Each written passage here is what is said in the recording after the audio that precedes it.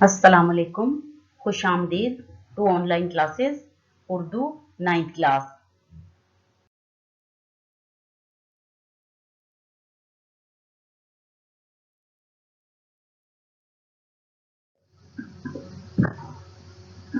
आज हमारा उन्वान है गजल, गजल नंबर 1 और उसकी तशरीह।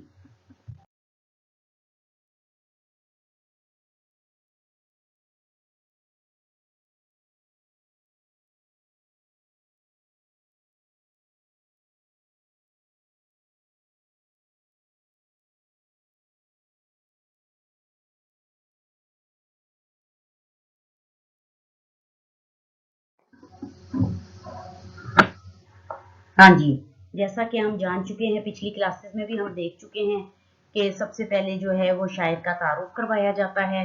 शायर के तारुफ के पॉइंट्स मैंने आपको बना के बता दिए हैं और उसके नीचे एक मारूजी सवाल भी आपको बना के दिखा दिया है।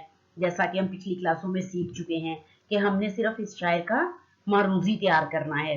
तो प्यारे बच्चों, आप लोगों ने इसको अपनी नीट नोटबुक्स पे कम से कम 25 से 30 मारूजी आपने इसके लाजमी तैयार करने हैं। ये आप तैयार कर लें, फिर चेक किए जाएंगे।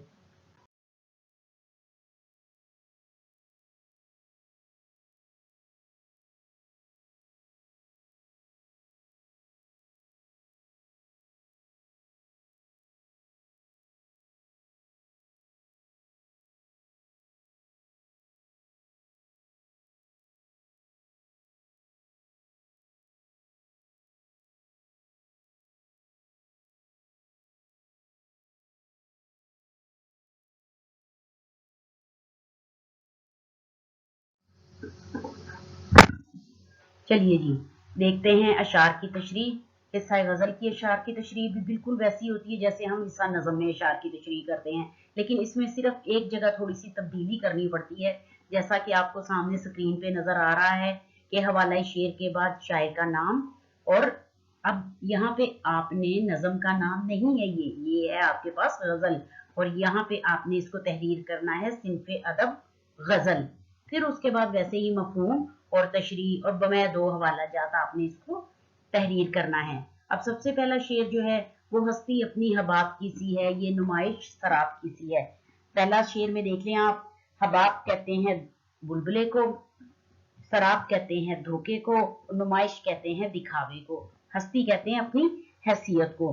कि इंसान की जिंदगी मफहूम में आपको बता देती हूँ, तशरीह और तफहीम जो है वो आप इसकी खुद तहरीर करेंगे। इंसान की जिंदगी बिल्कुल पानी के एक बुलबुले की मानिंद है और ये दुनिया की नुमाइश सिर्फ एक धोखा और फरेब है।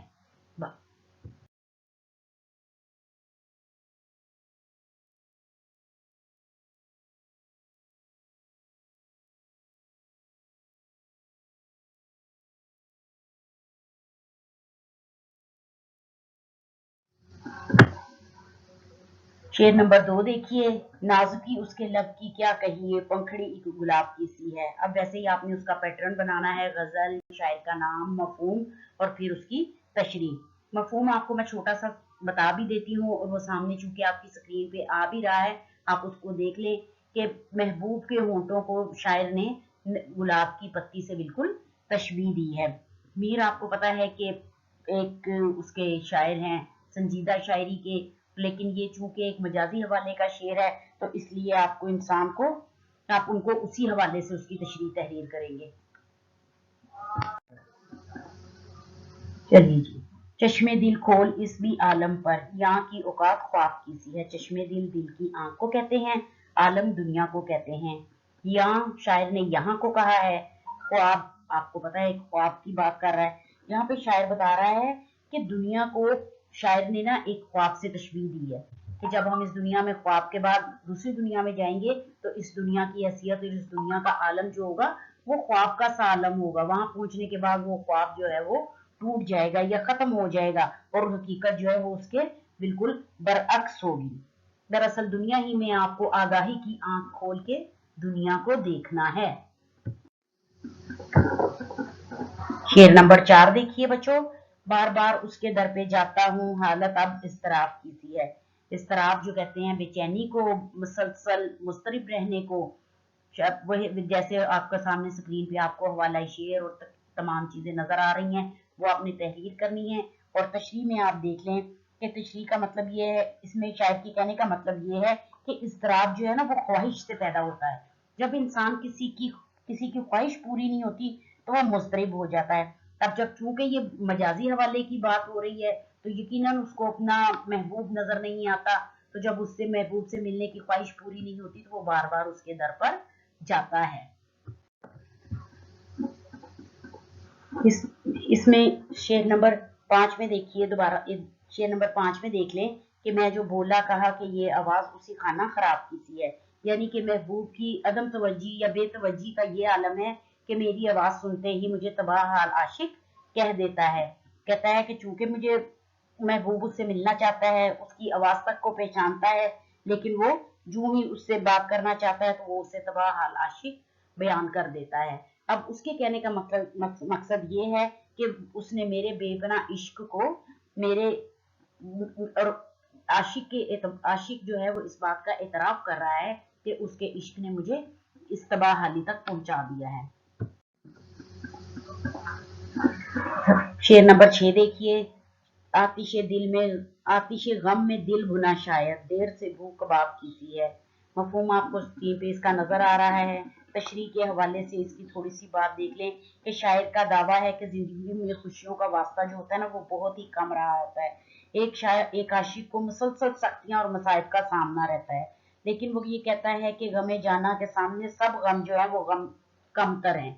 मुझे महबूब के इश्क में यूं महसूस होता है, मेरा दिल ऐसे जल रहा है जैसे कि दहकते हुए कोयलों पर कबाब जल जाता है। चलिए जी, शेर नंबर 7 और गजल का ये आखिरी शेर, इसमें जिसमें शायर अपना तखल्लुस इस्तेमाल करता है, आपको पहले भी बता चुके हैं कि वो मक्ता का शेर होता है। इसमें शायर अपना तखल्लुस इस्तेमाल किया था। अगर इसमें शायर का तखल्लुस इस्तेमाल नहीं होगा तो ये मक्ता का शेर नहीं होगा, बल्कि ये गजल का आखिरी शेर होगा।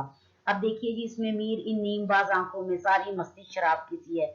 अब वो शायर को कह रहा है कि ये महबूब की आंखें इतनी खूबसूरत हैं कि जिस तरह शराब में इतनी ज्यादा मस्ती होती है, इसी तरह मीर की इन नीमबाज अब खुली आंखों में उतनी ही नशा और उतनी ही शराब की सी मस्ती है। प्यारे बच्चों, यहाँ तक आपका काम खत्म हुआ। अब आपने इनकी जो तशरीह में 2 हवाला जात के आपने खुद तहरीर करनी है, और ये नीट नोटबुक्स पे यानी आपको जो रजिस्टर लगवाए गए हैं आपने उनके ऊपर तहरीर करनी है।